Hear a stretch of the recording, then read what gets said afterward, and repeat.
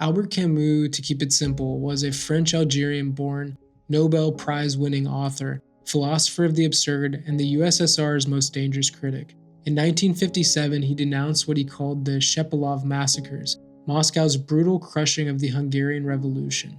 A year later, he publicly defended banned Russian author Boris Pasternak, whose novel Dr. Zhivago enraged Stalin. Camus had become a thorn in the Soviet Union's side. January 4th, 1960, Camus is returning to Paris from vacation with his publisher Michel Gallimard and family. On a straight, dry road in the town Villeblevin, Gallimard loses control, the car slams into a tree at high speeds. Camus dies instantly. In his pocket, the return half of a train ticket. He wasn't supposed to be in that car at all. The investigators could not shake the fact that the road was perfectly straight. The pavement wasn't wet or icy, Gallimard wasn't speeding, the car was well maintained. Police couldn't explain how this accident actually happened. 1978.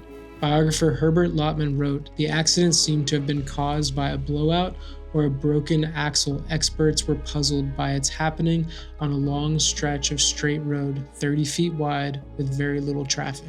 But the real mystery begins in 1980. Czech poet Jan Zabrana writes something in his diary. A well-connected source told him the KGB rigged the car's tire with a specialized tool that pierced it at high speeds. The order allegedly came from Dmitry Shepilov himself, the Soviet foreign minister Camus had publicly named and condemned over Hungary. 2011, Italian academic Giovanni Catelli publishes his discovery in an Italian paper. What was buried in a Czech poet's diary for 31 years becomes international news. Catelli spent years investigating. He interviewed Zabrana's widow Marie, researched KGB infiltration of France, tracked down witnesses. One witness changed everything. Jacques Vergès, the notorious French lawyer who defended war criminals. Before his death, Vergès told Italian lawyer Giuliano Spazzali he was certain Camus had been eliminated by the KGB with French intelligence approval. The motive?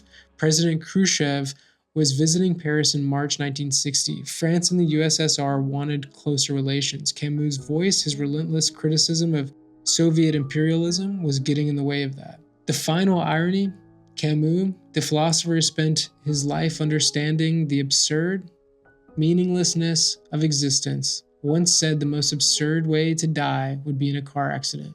So was it Soviet assassination, French KGB collaboration, or the cruelest joke on the man who tried to make sense of it all? Go listen to the full story. The details are insane.